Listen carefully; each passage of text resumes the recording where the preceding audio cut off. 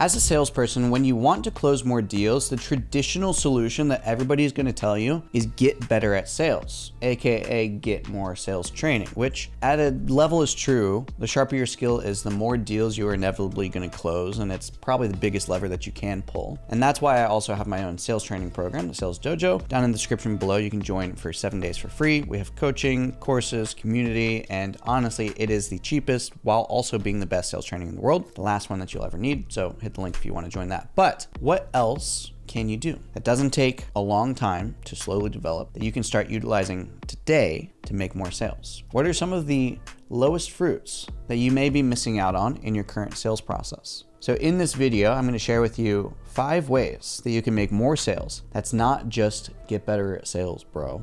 All right. So number 1 is show rate. Your show rate is one of the biggest levers that you can pull to increase your sales without even touching your close rate. The best show rate strategies, in my opinion, is number 1, just calling your calls, calling the appointments that you have beforehand, and actually establishing a human-to-human connection with them. You can use memes, you can call them, you can text them, you can do whatever you want, send them a loom, but just make sure that you're sending them something and that you're actually connecting with them, as opposed to just viewing them as a number on the list and like checking it off, right? Number 2 for show rate is you want to make sure that this opportunity seems a little bit more exclusive. Now, I know this is a bit old school, so there's going to be some people that don't really like this, but this comes from me personally having a 95% show rate consistently across the board. And it's not some fancy stuff. It's just really making sure that the messaging before the call, as well as if you're getting calls set by setters, you need to train them on this, on how to actually make this seem like a exclusive opportunity without making it sound overly exclusive. Because if you overdo it, then somebody's going to be like, oh, this is just like totally stupid, and they don't, they're a business. I know that. They're going to kind of break the fourth wall. So you want to be careful with that. The next thing to focus on with show rate is create some sort of SOP for how to increase your show rate, right? Actually test a bunch of stuff and figure out what works the best, right? Try one strategy for a full week or 2 and test it. See what's changing. See when your show rate goes up. See when it goes down. And then once you aggregate that data, then you can put together a true SOP for yourself in order to increase your show rate. Now, the third way to increase your show rate, that's kind of meta and it does cost a little bit extra. It takes a bit of time to train them, but it's actually hiring a VA. So if you're at the level where calling your no-shows and calling people beforehand and everything just like isn't as productive of a use of your time, you can do this by doing a simple time audit. If you don't know how to do that, again, just join the dojo. I'll show you exactly how to do it. If you get to a point where your time is more valuable than to be doing that, then you can hire a VA. Usually this is where you're doing already like 20 to 40K a month as a closer. That's a good time to go ahead and hire a VA.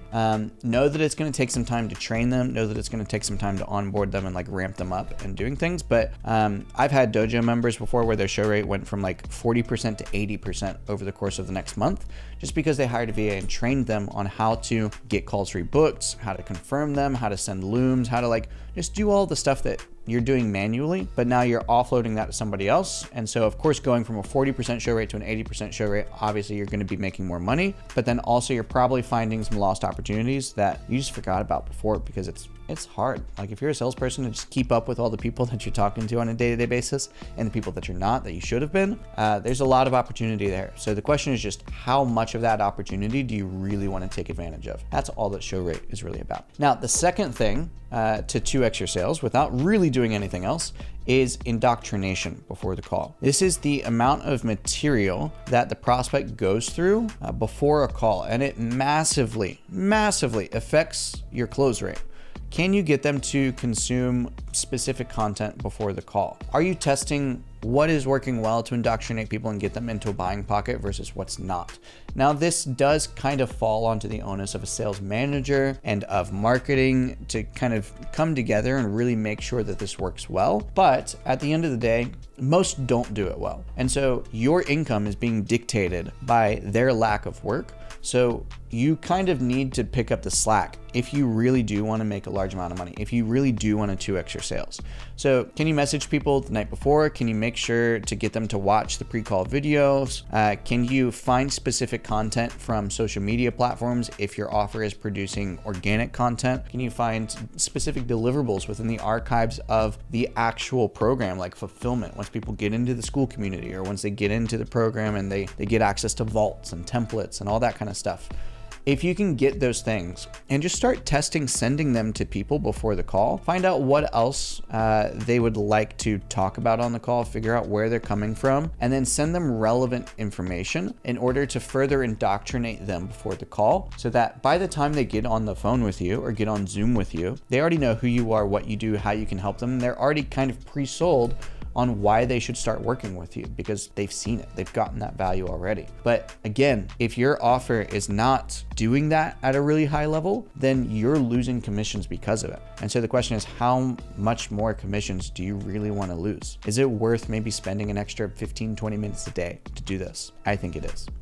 All right. Number 3 now, don't get into ruts. If you've been in sales for a while, you know exactly what I'm talking about. You know that you get into a 1 week rut, you lose 25% of your month because of that 1 week, and it sucks. You look at your commissions, you're like, shoot, I just lost out on 10 grand, or I just lost out on 3 grand, or however much you're making. And so the question is, how can you make sure that you're not falling into these ruts in the first place? Or that when you do fall into one, what can you do to get out of it really quickly? So the number one way to make sure that you don't fall into a rut is just being consistent, okay? It sounds overly simple, but I promise you this helps. I've been sticking to my personal routine now for a couple of years, and it makes sure that I literally never get into a rut. I think I've had 1, maybe 2 ruts in my entire career, and it really doesn't happen often. And it happened before I actually got into these habits. So I guess I really haven't had one since then. So I personally get up at 4 a.m. and do a whole morning routine before I get started with sales. There's also been times where I've gotten up at 6 and just started calls right when I wake up.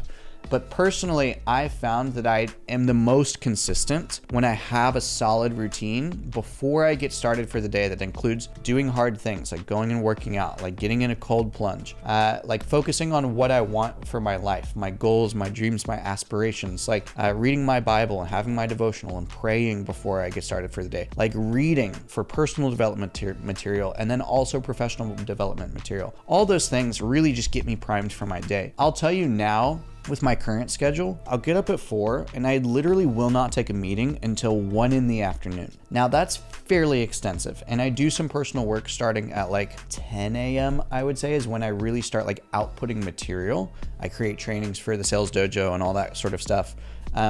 So really I have about 6 hours of pre-work before I then get into real output work where I'm putting work out into the world instead of inputting new information, motivations, dreams, all that sort of stuff. So you don't have to go that far. And like some people will say it's not necessary. And I do believe that if you don't believe that it's necessary, then don't do it. Like it's not going to do anything good for you if you don't think it's needed. But if you do think it's needed and you're choosing not to do it because you're lazy or whatever, then that's going to hurt you 100% of the time. Okay. Now, when you do fall into a rut, how do you get out of it? Very quickly, very, very simple. Disconnect, right? Go do something that you enjoy. Get your mind off of the ruts, because there's a saying in NLP, it's wherever your focus goes, energy flows, or what you focus on grows is another way to say it. And so when you're in a rut, it's really hard to focus on what you want. It's really hard to focus on actually just moving forward and closing deals and focusing on prospects' problems and their goals and like really focusing on the other person, because you're so focused on, oh my gosh, I need to close this deal. You're just focused on yourself. And so because you're focused on yourself, that's where all of your energy is going to go. That's what will grow, because that's what you're focused on. Instead of being focused on the prospect, instead of being focused on how you can help, instead of being focused on being the advisor that you need to be. So the way to get out of this is to change your focus completely out of sales and just get into the place where now you're focused on enjoying a game of golf, or enjoying going bowling with your family, or just enjoying spending time with people that you love, doing things that you love. Go out to a concert or something, just enjoy yourself, because when you start to focus on those things, then you start to focus on what life is really about. And the more that you can focus on what life is really about, the better that you will get at sales, because that's all that sales is. It's helping people see what life is really about, putting money into those areas that they want to grow, and ultimately you will be in a much better place, and you'll probably be out of that rut faster than you fell into it. All right. Another way to get out of ruts is to have a bank of calls that are your best performances and watch them when you're in a rut. Remind yourself of what you were doing when you were succeeding. And you may realize, number one, that you changed something in your process and you can go back to what was working before and then get out of the rut. or you'll realize that you didn't change anything, and really the only thing that changed is your energy. And so then you can have confidence to say, shoot, I didn't even change anything. I need to just like get back to who I was before. In which case, go back to what I just said before, disconnect, go do something that you actually enjoy for once, and then come back into sales, reinvigorated, ready to go. You'll be excited to take your next call, and you'll probably notice you show up way better and you'll end up just closing automatically. All right. Now, if you are making like, let's just say 7.5K a month, and you're on an average slump for a week and a month, like you can literally make the 10K the next month by just not getting in a slump. So if you are routinely getting in slumps, just notice what is causing that. Notice when they're happening, notice, the context around it, and just know that you can immediately make more by implementing some of these things. Very, very simple. All right. The fourth way to 2x your sales without really doing any sort of sales training is learning to use your work time productively. Okay. Now, this is a very beaten topic. Like everybody talks about it, but I don't see anybody really doing it. I've managed, I don't know how many sales teams at this point, a lot. I've been on a ton of sales teams and I've literally coached thousands of sales reps. And I promise you, people do not do this as much as they think. You may think that you're being productive with your off time. I guarantee you that you're not. So the first thing when you are wanting to use your work time more productively is realize, what do you do when you're not on a call? The very simple way to do this is get one of these kitchen timers for like $10 on Amazon, set it to 15 minutes, have a piece of paper next to you or a Google Sheet if you want to be fancy and put it in ChatGPT later, but mark down 15-minute increments throughout the day and what you are doing at each 15-minute increment. Now, you don't have to do it when you're on a call because your call is probably going to last longer than 15 minutes if you're closing. It should last much shorter if you're setting, but still, you don't want to get distracted from the call. But then when you are not on a call, when you have a no-show, when you don't have a call booked or something like that, what are you actually doing? I promise you, you can be so much more productive with your time. And simply setting a 15-minute timer and writing down what you're doing throughout the day, you're going to have one of the most productive days of your life. I guarantee it. And then when you do that the next day, you're gonna be like, shoot, I have to do that again. Like you're going to realize there's so much more that you could be doing, because average sales reps, and I can tell you this because I've coached average reps and I've coached well above average reps. I've coached people who are making 5, 10, 20, 30K a month, and I've coached people who are making over 100 grand a month. Average reps don't do anything when they're not on a call. They say they might, and they may have like 6 calls booked and only 4 showed up. But I promise you that person barely even worked 4 hours that day, maybe 5 when they go and like follow up with some people or whatever. But the question is, what do you do in the rest of the time, right? If you want to be an elite earner, if you want to be a top 1% sales rep, if you really want to make the income that you want to make, you have to use that time productively too. So my favorite way to use it, there's a couple of things. Number one, focus on the no-shows, right? Again, if you don't have a VA to do this for yourself, then like you've got to do it. And honestly, you don't even need a VA until you are truly working 10, 12 hours a day, at least. Like I didn't have one until I was working 18 hours a day. So you can do it, I promise you. Number one, no-shows. All right. When people don't show up to the call, follow up with them. Like they are so easy to get back on the call. It's like, hey dude, didn't see you on the call. What's up? Everything okay? Oh yeah, I just forgot about it. Okay, cool. Well, let's get you on the calendar. What time can you commit to make sure that you block off on your calendar, make sure that you don't miss again? Very, very simple. So no shows, cancellations, all that sort of stuff where you were scheduled to talk to somebody, but then it just didn't happen for whatever reason. Reschedules as well. Hit those people. Number two is no sales. Everybody views no sales as lost. I fucking guarantee that they are not lost. I can't tell you how many times I come onto an offer and I will take everybody else's no sales and turn them into sales the very next day after they had the call, because they've already been pitched. There's clearly a problem that they had. There's clearly a solution that they wanted. And for whatever reason, the other sales rep couldn't close them, whether it was because they just sucked, or whether it because they were an ass and like the prospect just didn't like their conversation with them. There's a million reasons why. So go for no sales, not only other people's, but also yourself. You will be amazed how many sales you get through by just calling those people and asking them if they still have the problem, if they're still looking for a solution, or if they found what they were looking for. Very, very simple. Next one that you want to do is referrals. Okay, referrals.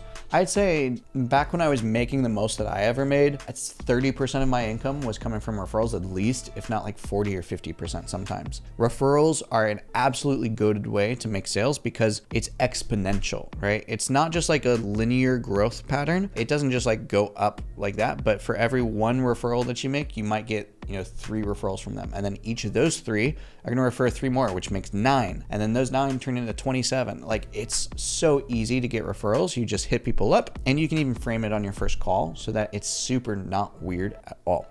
The last way to really make sure that you're being productive with your time is confirming your future calls and marking slots as free versus busy. So at my peak, when I was taking about 18 hours of calls in a day, I would actually color code my calendar for which calls had been reached out to and didn't answer, aka not confirmed, and which calls had been reached out to that did answer and did confirm.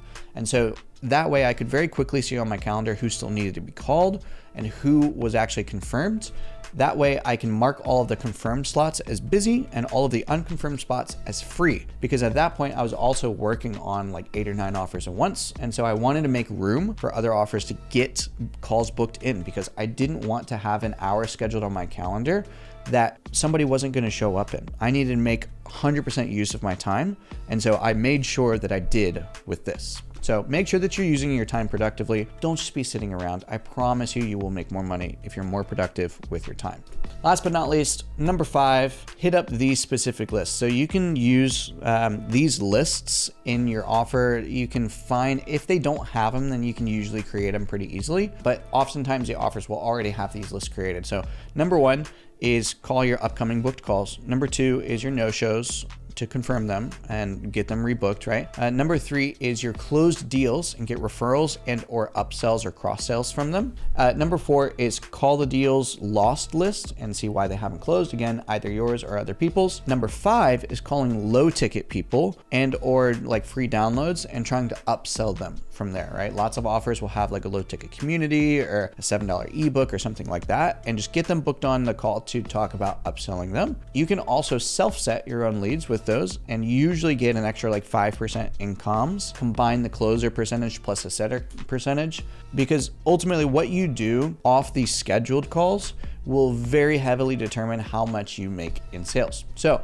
if you want to learn about all of this, how to handle each call specifically, get the templates, get the frameworks, all that kind of good stuff, and get some live coaching on it, hit the link down in the description below. Join the Sales Dojo community. My gift to you is 7 days of a free trial. Test it out, see if you like it. If you do, it may just be the last sales training you ever need. And if you don't, there's literally no downside. It's free. So there's no excuse.